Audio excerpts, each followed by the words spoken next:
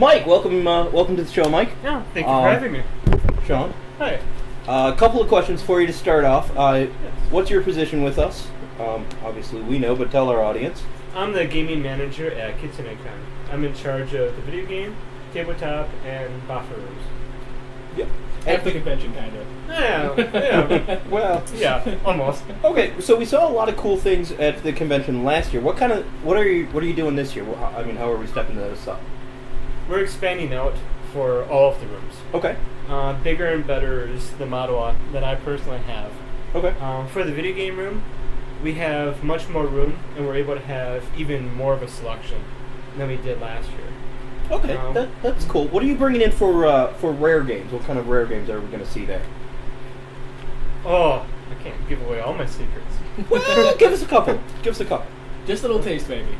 But one thing I can mention is that this year we're also going to have arcade machines. Oh, we are in the video game annex. Oh, that's cool. Including some custom builds. One is even a Neo Geo board, Neo Geo system. Very nice. And another one's going to be strictly devoted to old school arcade selections. Okay. Systems. I imagine we're going to have our Xbox, Wii, PlayStation 3, Kinect, that sort of thing. Any just sort of out there systems that are going to be there? Oh, we're going to have the regulars, Super NESs, Nintendo 64s. We're going back all the way down to the Atari 2600 in terms of the video games. So do a classic old school. Oh, yes. And still yet no Virtual Boy? Well, I'm looking to find the room for it, it's a fun problem to have. Fun challenge to have where we have... The Virtual Boy is a problem. We have access to so many different video game systems out there that it's... The challenge now is to actually find the spot in the room to put them in there. Fit everything. Is, for instance, we even have access to an Atari 7800. And so I personally have to ask because it's one of my all-time favorite games. Mario and Luigi Duck Hunt. It's gonna be there, right? I'll look for it. You don't have it yet? Oh, we have plenty of Duck Hunt versions. But Mario and Luigi Duck Hunt? Well, they can be separate. They were separate a couple of times, but... We have, I think as of this point in time, we have 5 copies of Super Mario Brothers with Duck Hunt. Then a few others with, a few copies with those two and Track and Field. Track and Field, that's what it was. Including the Track and Field mat. Really? Yes. You know how we were looking at it, the video game staff and I noticed that everything that Nintendo has been doing now, they did like in the 80s. They just perfected it with the Wii. With the balance board is the Track and Field mat, basically. It's cool. We have a couple of those.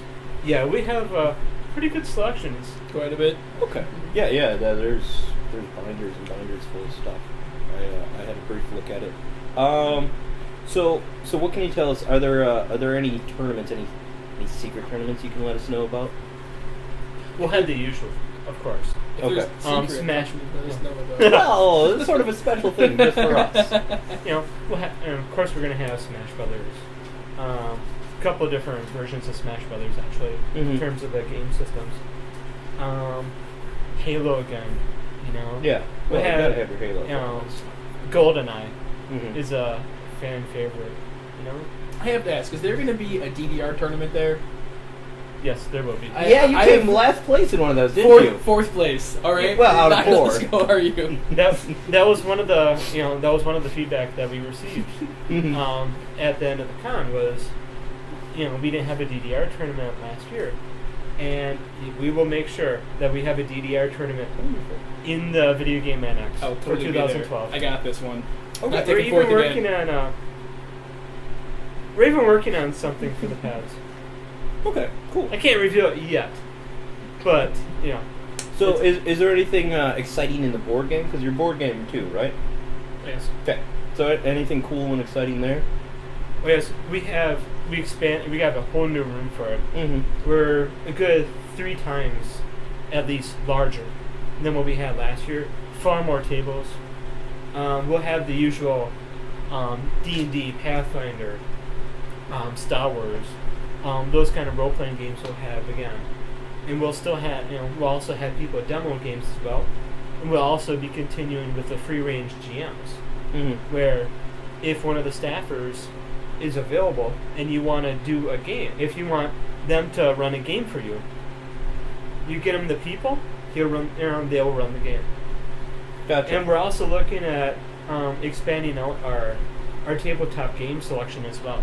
Mm-hmm. One game somebody just recently recommended was Betrayal on the House on the Hill.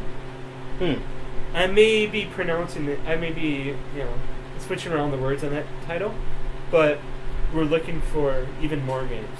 Okay. Even rare games too, like that, where it's hard to come by. Really on the wall. Is it still going to be like a open 24/7 kind of room again, or We'll do our best. try and maybe yeah. not quite sure? We want to have it open as late as possible because I gotta admit, some of the fun I have is doing that I had at cons before was going into the tabletop room past midnight and doing participating in a Star Wars Trivia Pursuit game. Cutthroat 1, where it's just me and another Star Wars fan, and we have to get every single question on the card right before we get the pie rush. Wow. I'm crazy. I had fun with that, And part of the appeal of it is late at night. It's just because there's a lot of stuff happening in the con during the day, and even or early evening too. We want to get people plenty. Sort of switch gears, I think. And Mike, why don't you tell us a little bit about what you do outside of the con? Let's see. Outside the con, I do a lot of writing. I like to do mostly science fiction stories. However, I've been known to dabble into fantasy as well. Yeah. Unlike regular fantasy, though, like Tolkien or George R.R. Martin, which I have the 5th book now, and I really want to read it, but I'm a big fan. However, I'm reading the last of the Foundation books, which I'm also a really big fan of too. Those are good. Yeah, I love the Foundation. So, but I like to cross genres when I write, just a little bit, kind of make it my own kind of feel to things. You throw a little bit of science in your fantasy. I also enjoy oil painting as well. I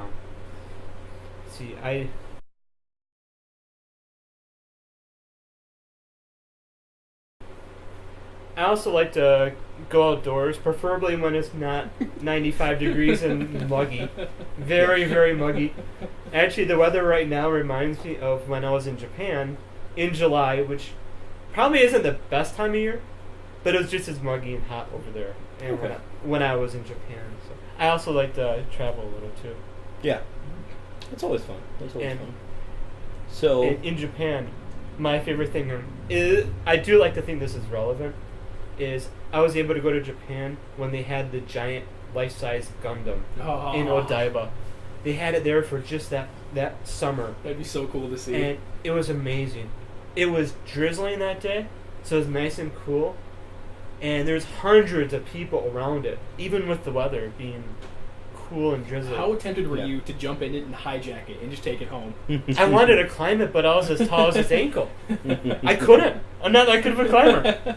I mean, I like being outdoors and hiking that, but yeah, I can't climb unless I have a ladder. But a tall ladder, though. It was huge. And its head moved when its eyes lit up and everything, and it lifted its head up like it was about to lift off, and gas just shot out of its chest plates as if it was about to actually lift up in the air. That sounds cool. I've never seen so many pictures taken of one single thing in my life than that. It was just, I had at least 150 pictures of that thing, and I only seen it for one day. It was That fun. is pretty cool, though. Little jealous. I want my own pet Gundam.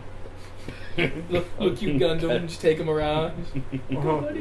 All right. Well, here's one for you, Mike. Mm-hmm. If you were reincarnated, what animal would you be?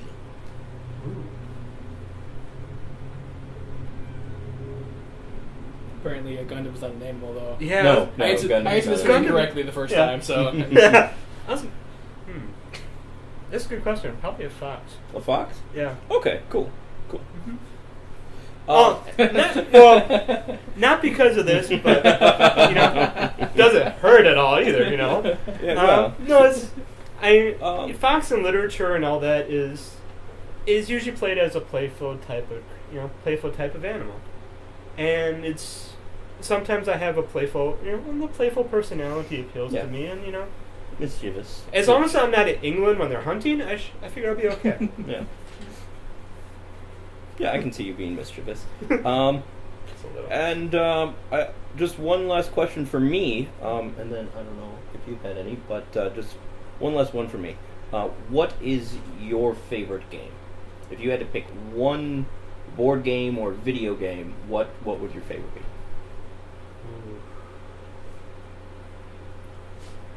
Tomb Raider 2 for the PC.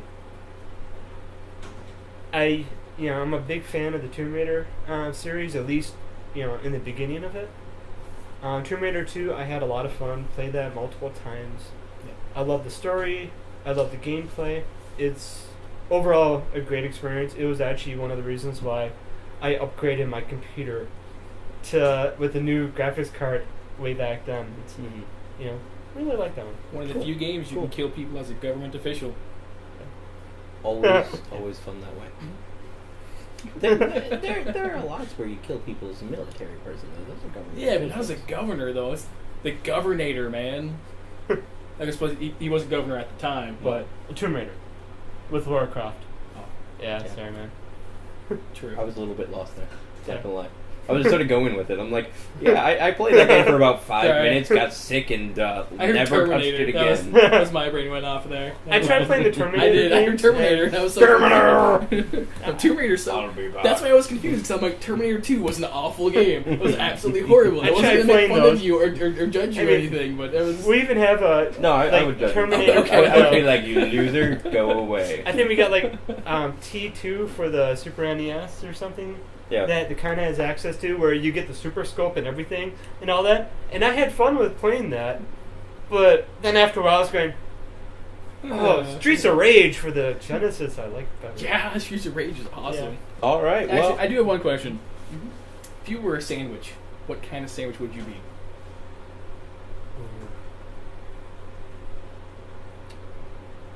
I always like turkey sandwiches. I thought you were going to say macaroni and jelly. I'm like, no! Why would you ask that? Macaroni and jelly is valid. Now That's that a you valid say that, sandwich. actually, in delicious. fact, Why- I do like macaroni and jelly sandwiches. I never tried it yet, but I do like them. They just sound great. It's true. We'll bring them to the convention sometime, maybe. We'd have to have Absolutely. taste testing. Have them in the buffer room for Yeah, people. yeah, Like, yeah, here, you just yeah. worked out really, really hard. We need macaroni and jelly sandwiches. Have one. It's got everything: bread, mac and cheese, jelly. It's like Absolutely. all the major food. It's got your groups. milk, your grains, Yeah, grains, your jelly. everything but meat. But it's Well, throw a meat- piece of bacon that- or something. Bologna. Macaroni, jelly, and bologna. Have you Actually, no, that sounds nasty. Are have you you ever really- tried a Danish and bologna sandwich?